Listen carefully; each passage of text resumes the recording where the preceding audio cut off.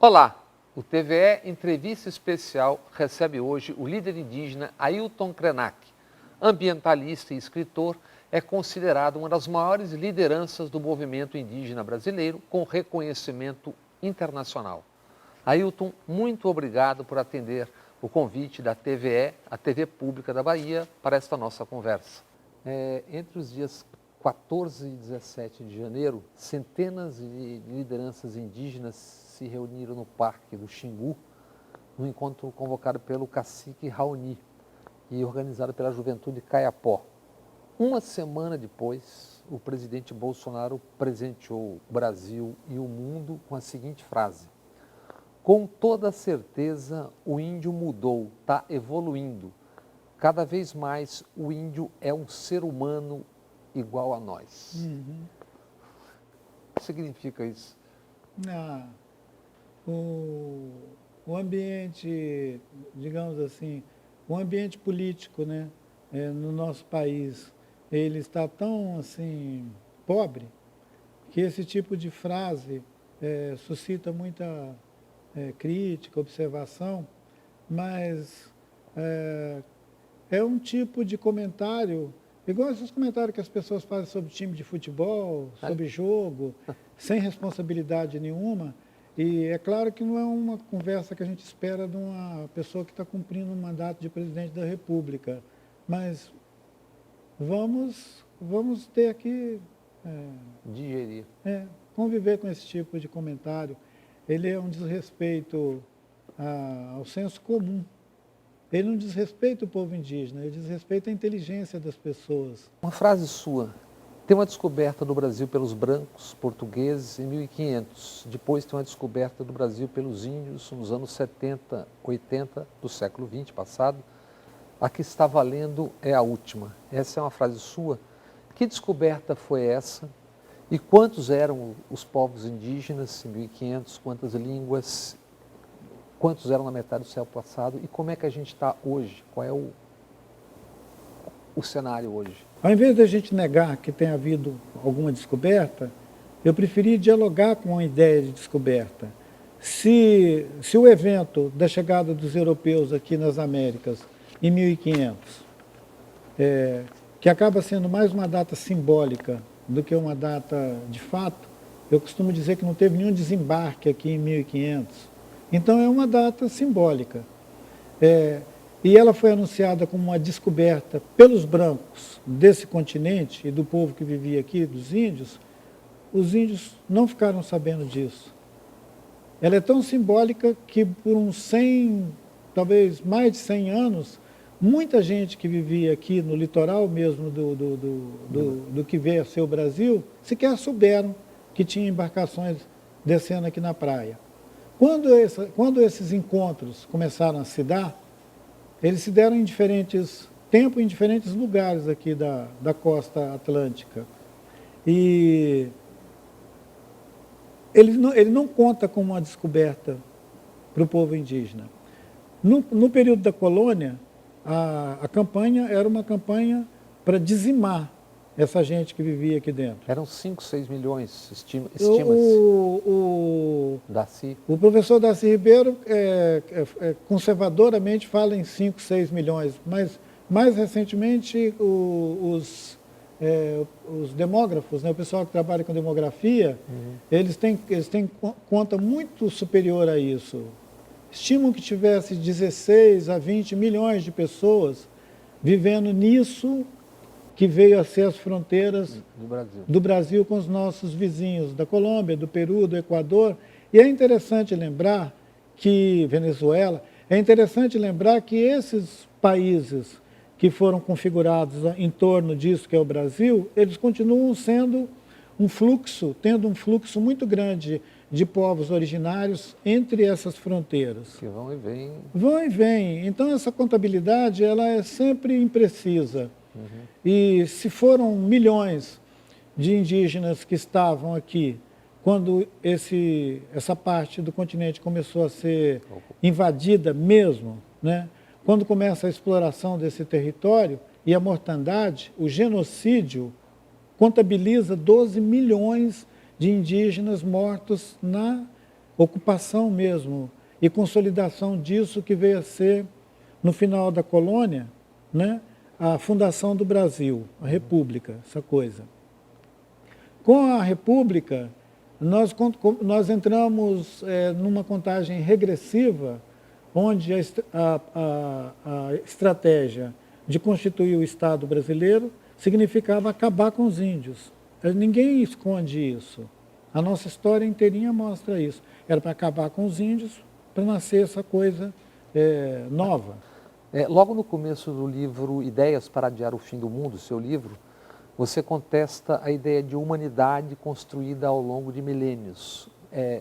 Fale um pouco sobre essa concepção de humanidade que não é essa que nós estamos todos acostumados a ela. Para quem teve a experiência de formação, que pôde nascer e viver numa outra cultura, sobre essa ideia de humanidade, ela é uma observação quase que externa a esse concerto de povos. A Idade Moderna, ela inaugurou uma ideia de mundo que projeta uma humanidade, onde todos os povos de qualquer lugar do planeta iam entrar dentro do mesmo protocolo.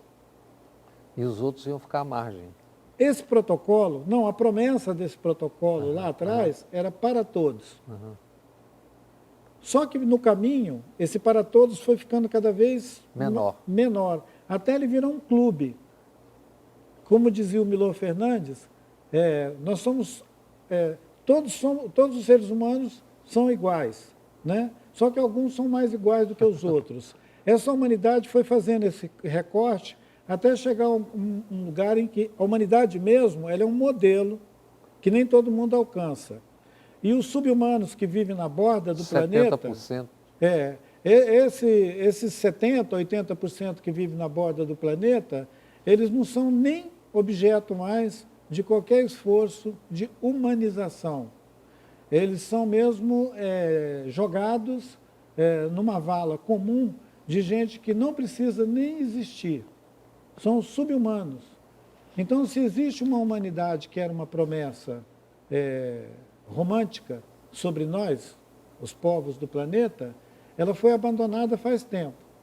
E as instituições que dão sustentação para esse tipo de projeto, né, Unesco, a ONU... Você cita muito criticamente essas instituições como reprodutoras desse modelo, é isso? Elas são esteios, na verdade, da continuidade dessa promessa de que existe a possibilidade da gente se constituir como uma humanidade. Unesco, ONU, Banco Mundial, todas. Todas essas grandes agências multilaterais que nasceram lá no começo do século XX, que se consolidaram depois da Segunda Guerra Mundial, elas são esteios mesmo desse ideal de humanidade que a Europa projeta, é uma ideia claramente centrada na Europa, né, eurocêntrica, e que irradia para o mundo essa promessa civilizatória, que ela é muito parecida com a afirmação desse presidente que disse que os índios estão... se tornando humanos iguais a nós. Se tornando humanos iguais a nós. De certa maneira, ele está se referindo a essa promessa dessa humanidade, que, ao que tudo indica, nem ele ainda foi admitido nela, porque ele é um clube muito seleto. Isso tem a ver com a outra frase sua, tipo, nós estamos em guerra. Que guerra é essa?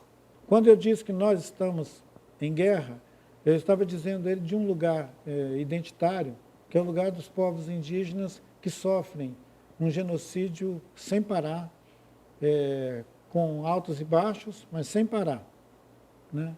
Se nós temos lideranças indígenas hoje que são ridicularizadas e ofendidas pela fala da autoridade pública, seja um ministro, um presidente da República, uma autoridade, alguém que está ocupando um lugar de autoridade na nossa vida pública, essas mesmas pessoas, elas são ameaçadas de morte nos seus lugares de origem, quando eles estão simplesmente exercendo o direito deles de defender sua própria vida e de proteger seu território, sua família, seu povo. Então, esse mínimo direito de existir, ele está ameaçado. Nós estamos vivendo um tempo em que as pessoas são executadas em seringais, em comunidades indígenas, em trilhas, em caminhos, em porto, na beira do rio. E é uma vergonha que a gente tenha banalizado o sentido da vida a esse ponto, né? E isso nos põe em guerra. Mas tem outro sentido.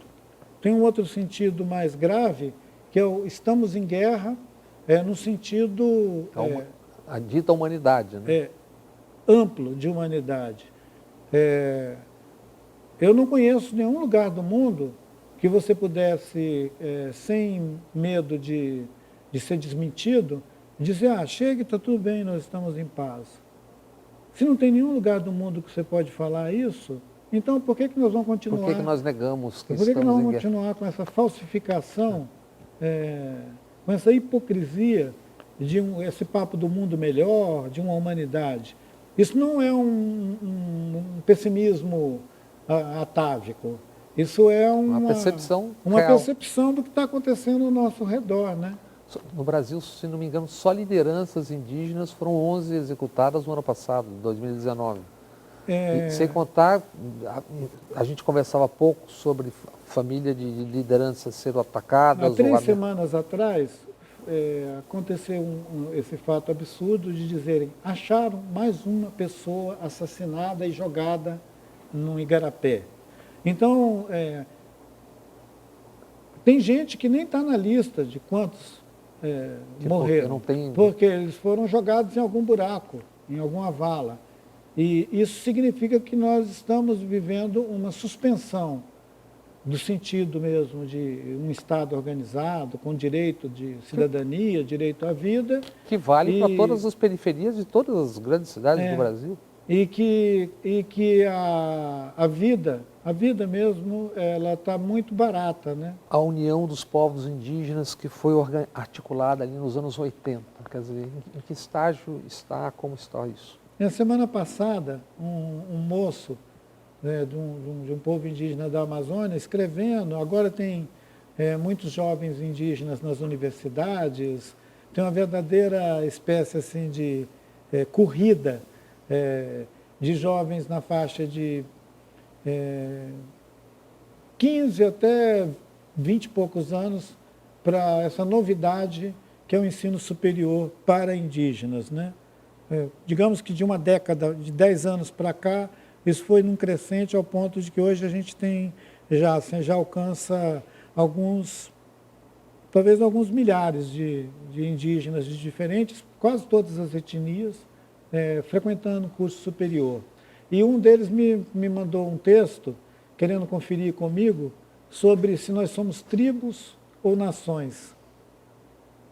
E eu falei com ele que há 40 anos atrás, um punhado de pessoas de vários povos, né, do Mato Grosso, de Minas, do Paraná, do Rio Grande do Sul, do Nordeste, aqui da Bahia, de Pernambuco, no Mato Grosso do Sul, se reuniram, Goiás, e criaram e levantaram uma iniciativa chamada União das Nações Indígenas.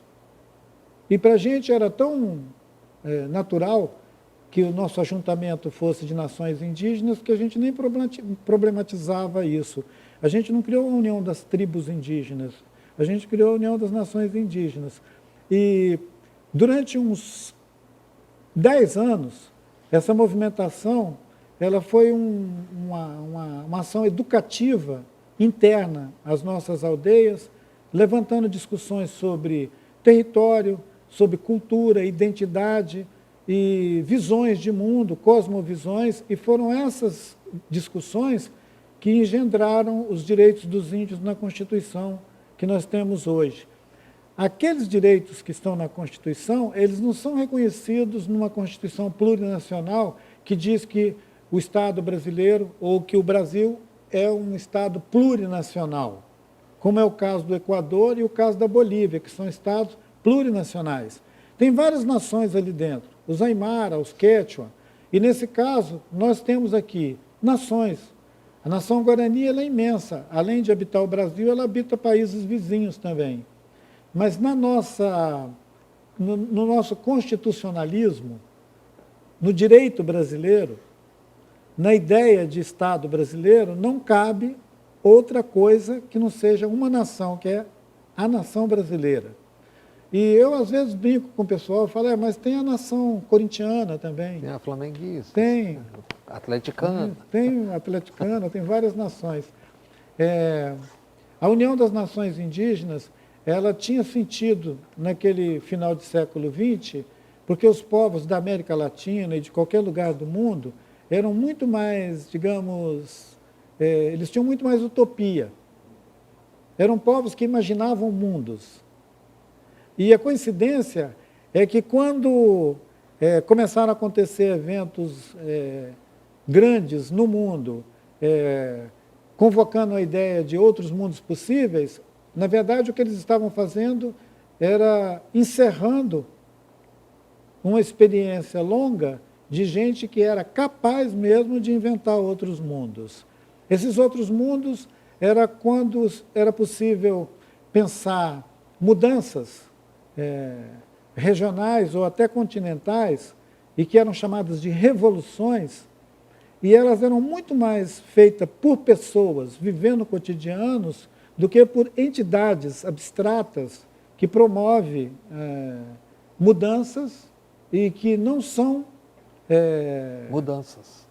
e que não são para valer, né?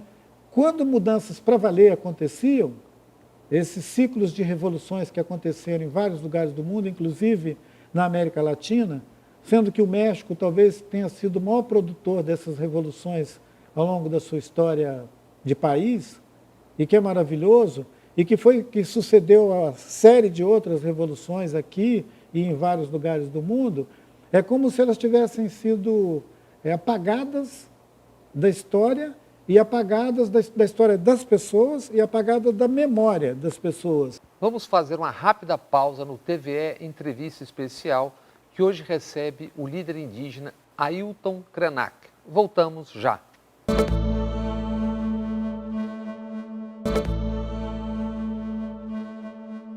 De volta com o TVE Entrevista Especial, que hoje recebe o ambientalista e escritor Ailton Krenak. Nos anos 80, você e o Chico Mendes e companheiros conseguiram costurar uma aliança com os seringueiros, superando uma antiga disputa ou rixa na Amazônia.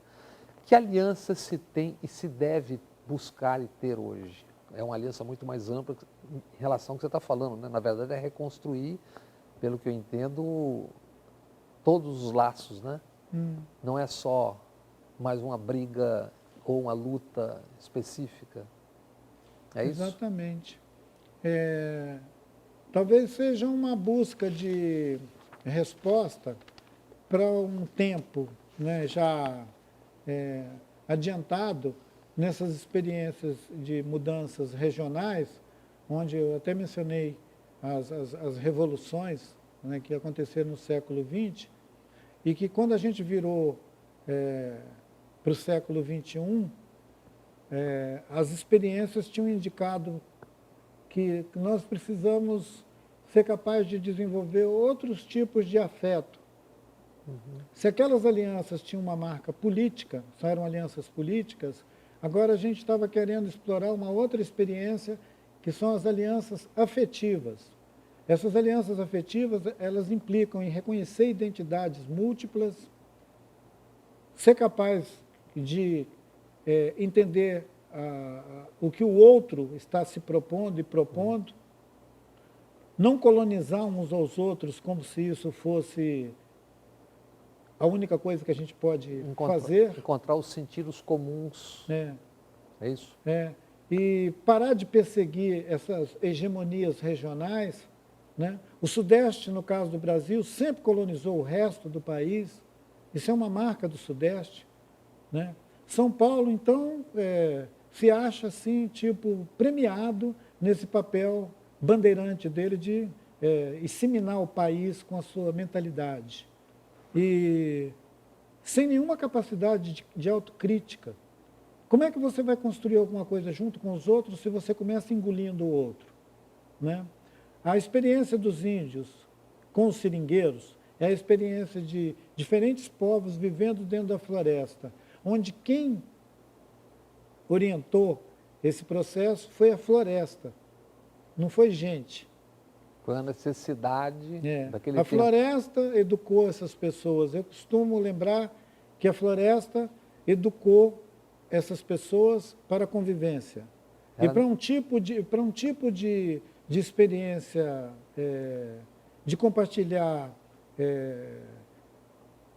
existências, não só centrada na história humana, na história dos humanos, mas compartilhada com a experiência de existência da própria floresta. As narrativas que índios e seringueiros têm sobre seus mundos começaram a ser aproximadas. Porque havia, para traduzir um pouco, porque é complexo o que você está dizendo, é porque havia uma necessidade ali, então, até de sobrevivência de todos, da floresta, dos seringueiros e dos índios. Então isso... para quem está acompanhando a nossa conversa, Bob, entender talvez a particularidade dessa situação na floresta amazônica, onde milhares de pessoas foram levadas de outras regiões do país, mas principalmente do Nordeste, para ocupar a Amazônia no final do século XIX, começo do século XX, e constituíram uma força de trabalho que eram chamados soldados da borracha. Quer dizer, teve um grande empreendimento nacional de botar gente dentro da floresta que não eram os índios. Essa gente que foi para dentro da floresta e que não eram os índios, eles foram matar os índios. Claro. E tomar a terra dos índios. Eles foram tomar a terra dos índios para algum patrão. Os grandes seringais na Amazônia, o latifúndio na Amazônia, na primeira metade do século XX, ele era domínio de barões, de senhores, da borracha. De senhores que estavam fora, inclusive, da Amazônia. A grande maioria deles não vivia na Amazônia. Alguns viviam até em Belém, um ou outro em Manaus, mas a maioria estava mesmo, era em outros centros ou até mesmo em Londres, em outros lugares do mundo. E eles estavam engajados já no sistema financeiro amplo e tinha uma mercadoria que todo mundo queria, que era o látex, a borracha, e outros produtos da floresta. Esses produtos e essa gente que entrou para dentro da floresta fez uma guerra contra o povo indígena dentro da floresta. A floresta educou essa gente. Durante um longo tempo, eles ficaram longe das suas matrizes culturais, esses não indígenas, a ponto deles mudarem a própria perspectiva deles de religião, língua. Gerações deles aprenderam a falar outras línguas, a reconhecer outras falas, a ter outros hábitos. Você entrava na floresta, não tinha uma avenida, uma rua, uma praça, uma matriz, uma igreja, uma capela. Isso que os aproximou. Eles tinham lá dentro da floresta as entidades da floresta. Então, o seringueiro, quando ele estava andando dentro da floresta, ele começou a ver o que os índios viam. Da mesma forma. E quando eles começaram a ver o que os índios viam, eles começaram a descobrir o que deu na experiência que eu compartilhei com o Chico Mendes, de que a gente podia desenvolver alianças. Que tinha um patrão no meio. E nessas alianças que a gente estava constituindo, a gente conseguiu tirar um espinho fundamental que estava entre essas relações, que era exatamente esse patrão, que nem sempre estava ali, mas estava em algum lugar, e constituindo latifúndios dentro da floresta, englobando terras indígenas e unidades onde os seringueiros viviam, seringais. A nossa aliança conseguiu distinguir as reservas extrativistas como território dos seringueiros e os territórios indígenas como as terras indígenas que a Constituição reconhece, assim como reconhece também as reservas extrativistas. As unidades de conservação, os territórios que existem hoje em regiões da Amazônia, na condição de áreas protegidas, elas somam, junto com as terras indígenas, a maior extensão de áreas naturais em estado de conservação no continente. Não só no Brasil, porque essa floresta não fica só no Brasil, essa floresta se estende, como a gente já disse Venezuela. aqui, para os países vizinhos, Peru, Colômbia, Venezuela, Bolívia. E esses territórios, eles se constituem hoje num dos maiores produtores de biodiversidade e de vida no planeta, assim como os oceanos. Então, eles têm grandeza, têm importância. Não dá para tratar esse universo com banalização, com conversa como a de algumas pessoas que dizem 80% da Amazônia a gente nem sabe de quem é. Né? Eu fiquei admirado do Luciano Huck fazer uma afirmação dessa, porque se ele quiser mesmo saber quem tem o registro ou o domínio sobre 80% da Amazônia, ele tem várias fontes que ele pode consultar e ele vai ficar sabendo. E os dados sobre as terras indígenas são públicas. Elas são terras da União e é assegurado o direito é o habitat, o usufruto, o domínio dos povos que vivem nesses territórios. E é obrigação do Estado brasileiro cumprir a sua função de proteger esses territórios e proteger o direito das pessoas, dos seringueiros, das comunidades indígenas, das comunidades extrativistas, habitarem esses territórios que são de interesse comum. Eles não são a propriedade particular, né? Não tem essa coisa de o dono. Talvez o grande equívoco do Huck seja de achar que a Amazônia é um latifúndio, uma coisa assim, uma fazenda. Falando até de uma cena que é muito importante dentro desse seu raciocínio, que aliás é uma cena que eu vi, porque eu estava na Constituinte, e a gente vai mostrar essa cena na hora. Na tribuna do plenário você estava de terno branco e camisa branca, gravata cinza, enquanto você pintava o rosto. Você disse: os senhores não terão como ficar alheios a mais essa agressão, movida pelo poder econômico, pela ganância, pela ignorância do que significa ser um povo indígena. O povo indígena tem um jeito de pensar, tem um jeito de viver,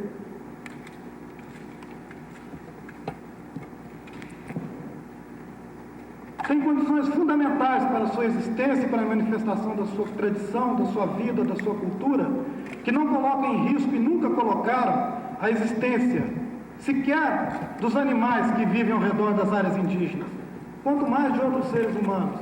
32 anos depois, onde estamos e como? Naquela época, a campanha pública e a disputa era sobre o que ia ser fixado no texto da Constituição. E era um vale-tudo.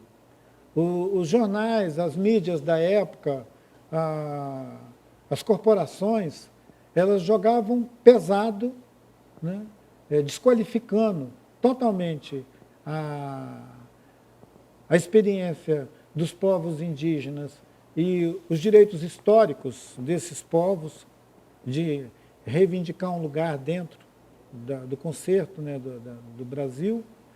E eu tive que denunciar isso na tribuna. Hoje, o lugar que justifica essa campanha não é mais o mesmo. A diluição desse esquema capitalista que disputa recursos naturais no planeta hoje, ele não tem endereço. É muito mais amplo, né? Ele é difuso. E eu não conseguiria me dirigir a nenhuma plenária, a nenhuma assembleia naqueles termos hoje, porque eles não merecem. Você só pode fazer uma comunicação quando você tem alguém que te escuta. Que está interessado, pelo menos, em saber do que você está falando. Se você não tem alguém que te escuta, é melhor você entrar em meditação, alguma coisa assim. Você e lideranças indígenas sempre se referem aos sujeitos coletivos, o que não esconde, pelo contrário, os grandes indivíduos, né? Tão atacado pelo governo Bolsonaro, que tamanho tem, entre tantos outros, o Raoni, que foi tão atacado no ano passado, naquela passagem do presidente pela Assembleia Geral da ONU. Que tamanho tem essas lideranças e qual é o significado mais profundo deles, independente do sujeito coletivo que ele representa e você também? O chefe Raoni, ele tem uma biografia tão vasta e, para além do sujeito coletivo, óbvio que ele expressa e que ele se move pelo mundo, ele tem um vulto pessoal de ter sido interlocutor da história recente desse país.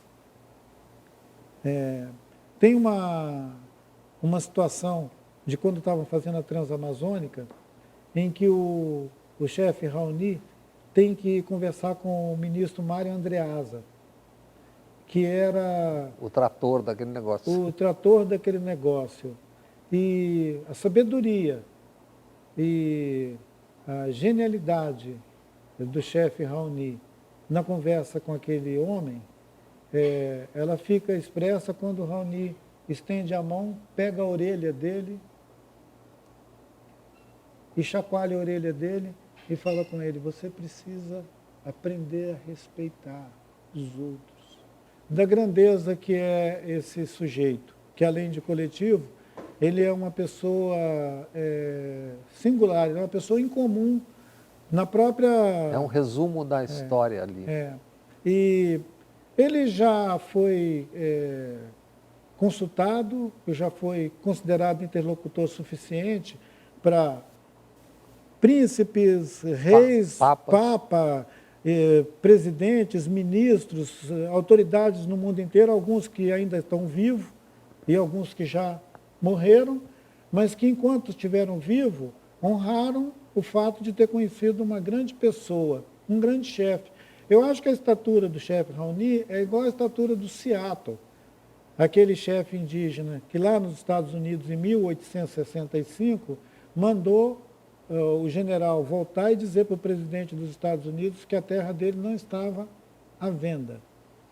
Ele tem essa estatura. Quem não consegue ver, não consegue mesmo. Falando em estatura ou ausência de estatura, 1 ano e 1 mês e pouco depois, no seu entender, o que o presidente Bolsonaro deveria fazer? Ele deveria pedir desculpa por todas as asneiras que ele fez até agora e tentar começar de novo.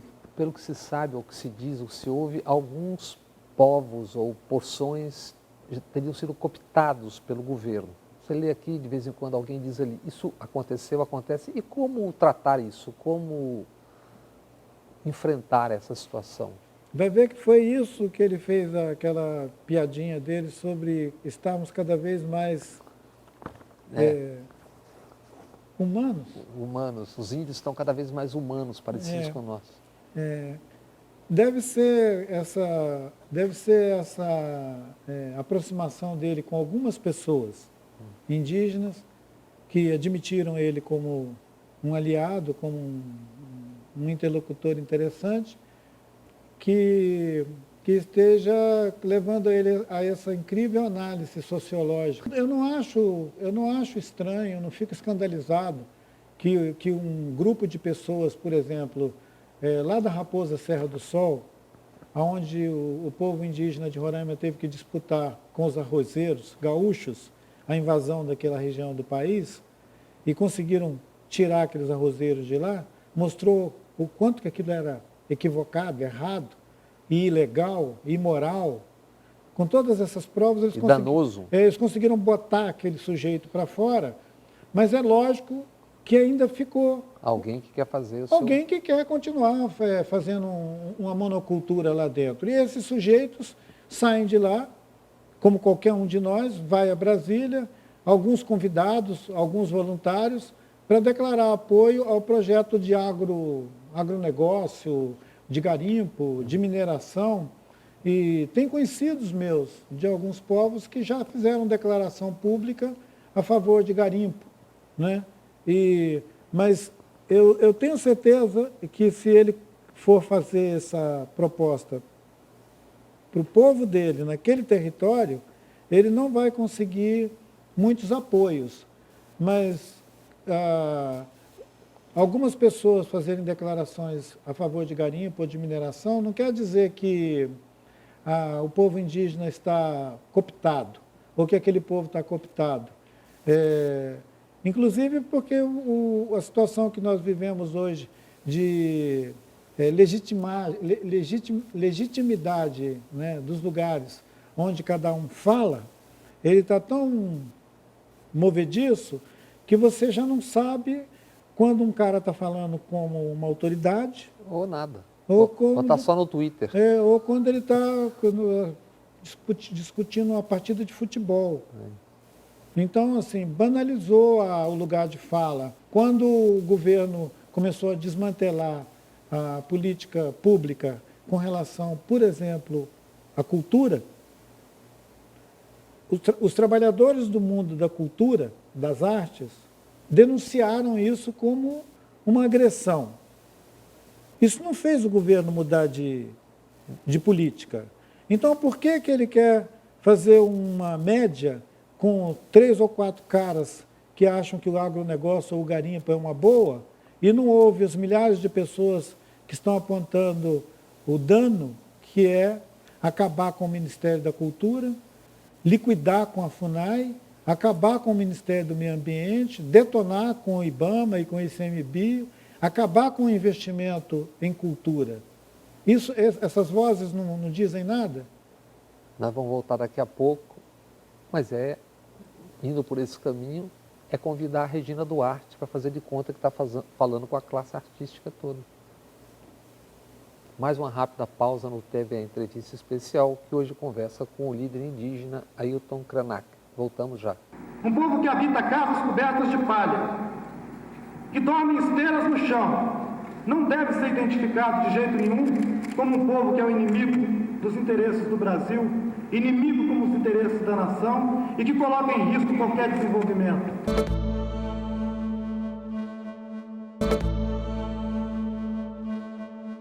O povo indígena tem regado com sangue cada hectare dos 8 milhões de quilômetros quadrados do Brasil.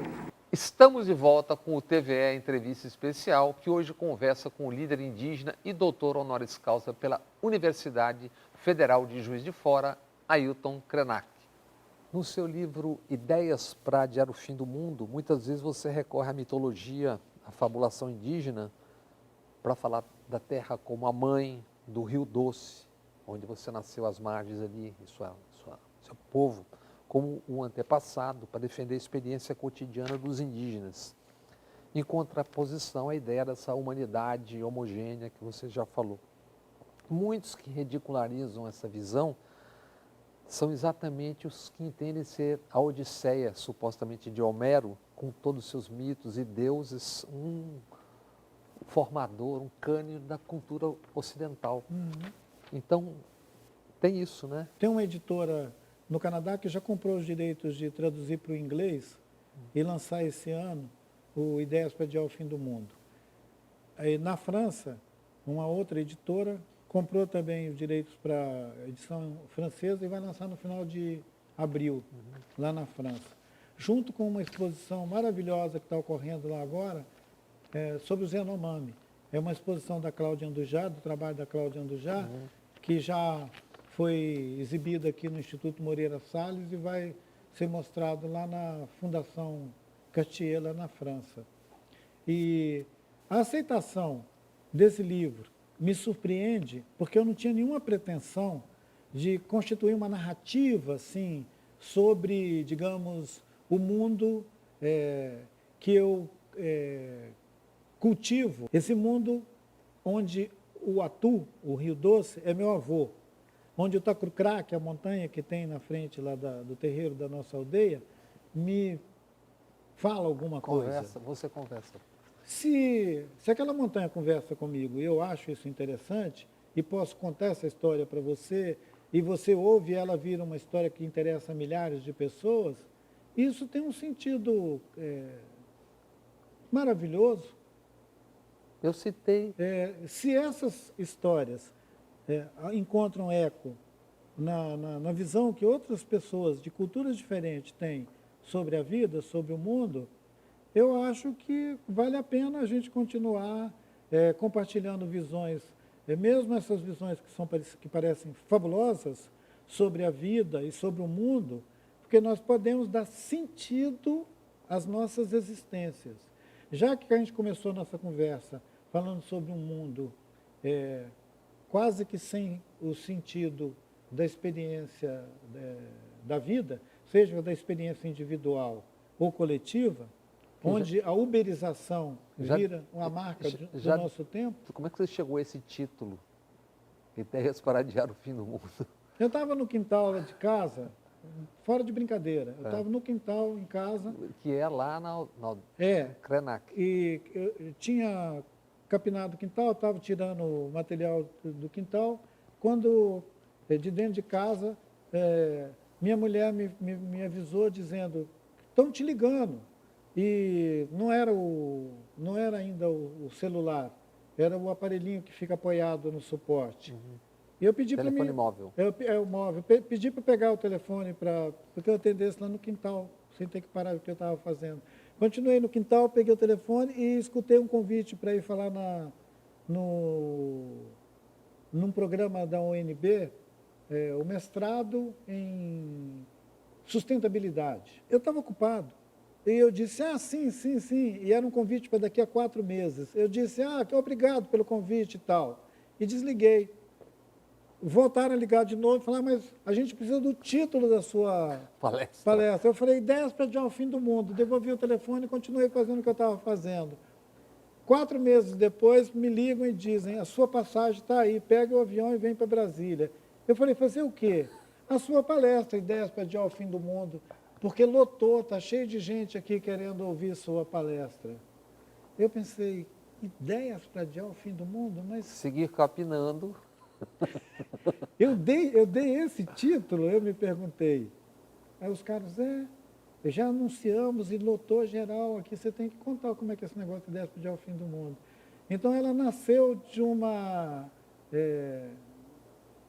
poética situação de depois a gente ver como é que faz isso. Uma frase sua que tem também a ver com esse capinar, né? Capinando o quintal.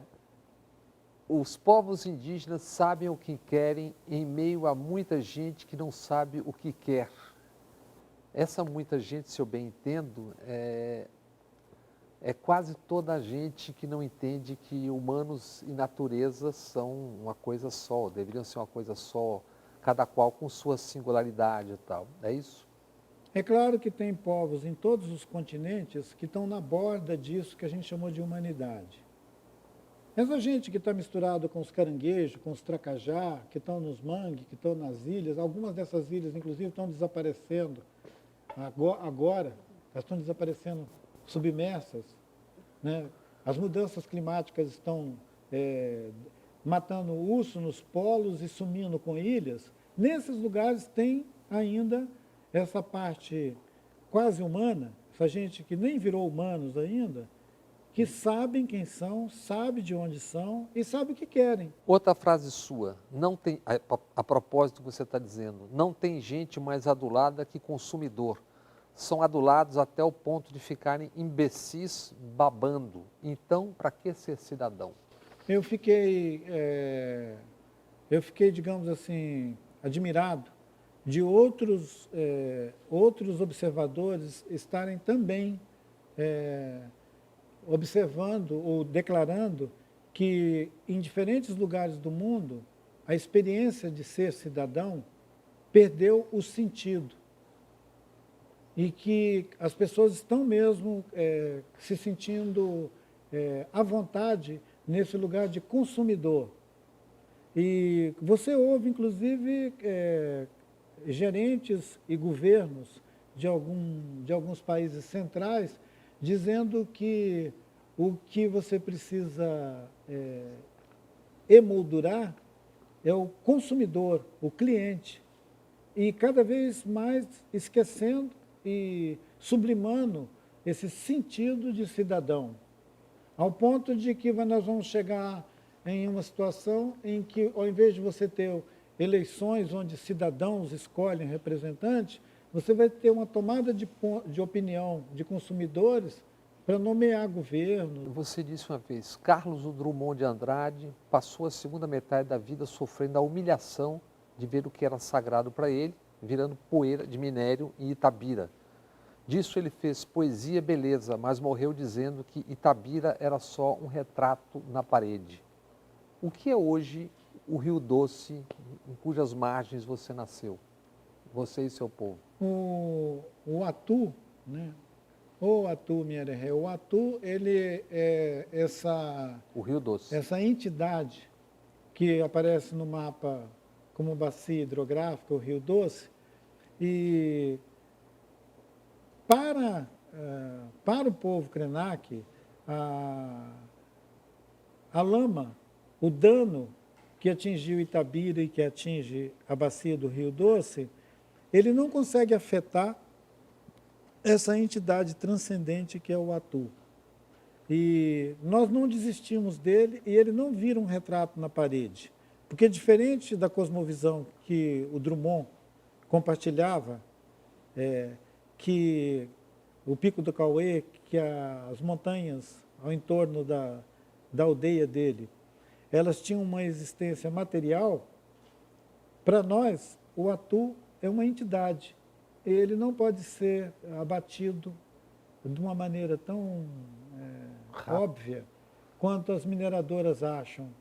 Ele vive, ele está submerso, ele está nos lençóis subterrâneos e nós continuamos velando o Atu até que ele decida de novo conviver, coexistir com quem vive o seu luto temporário, né? Quando diziam que o Rio Doce morreu, o pessoal lá da nossa aldeia sempre dizia, não, é muito fácil eles dizerem isso, porque o costume deles é que quando alguém morreu, você enterra e continua a história. Nós não deixamos o Atu morrer, ele está vivo. Qual é o significado da frase, os xamãs estão avisando, o céu vai cair sobre a nossa cabeça? Para quem acompanha os relatórios do painel do clima, O céu. E também acompanha as declarações de gente que diz que não tem mudança climática, a gente pode ter dois extremos. A gente pode ter aqueles que acreditam que a única maneira do céu cair na nossa cabeça é na forma de tempestade, e aqueles que entendem que o céu pode cair sobre a nossa cabeça com a diluição desse mundo que nós habitamos, da floresta, dos rios, da terra. O Rio de Janeiro levou um susto outro dia, porque não tinha como abastecer a cidade com água. Isso é um tipo de queda de céu.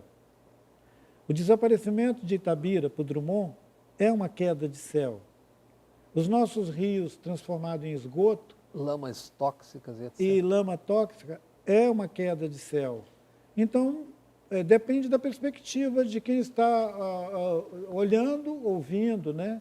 Os xamãs estão sempre avisando que eles estão trabalhando para sustentar o céu, quer dizer, para manter o céu. É o que é suspender o céu, que é outra expressão.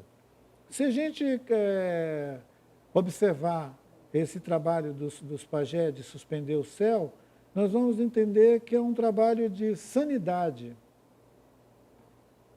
Sanidade, é manter as pessoas com alguma capacidade de discernimento, com saúde mental, pelo menos. Isso não é pessimismo, né? Isso é a percepção das coisas como elas estão.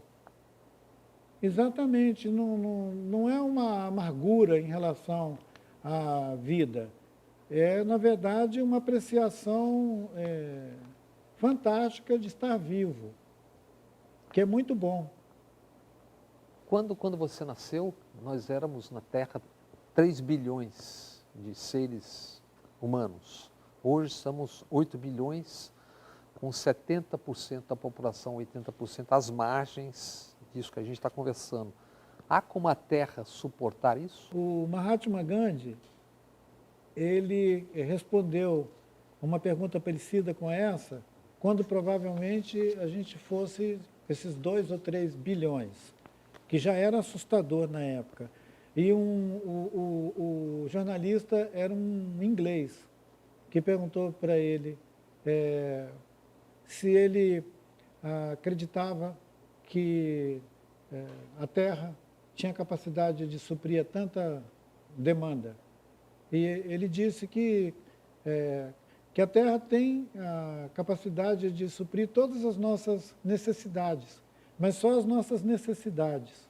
Se você quiser ter uma casa na praia, uma lancha, um Mercedes-Benz, um apartamento, não dá. Mas se você quiser só viver aqui na Terra, dá. Essa resposta do Mahatma Gandhi, que eu estou simplificando, ela é de uma... profundidade.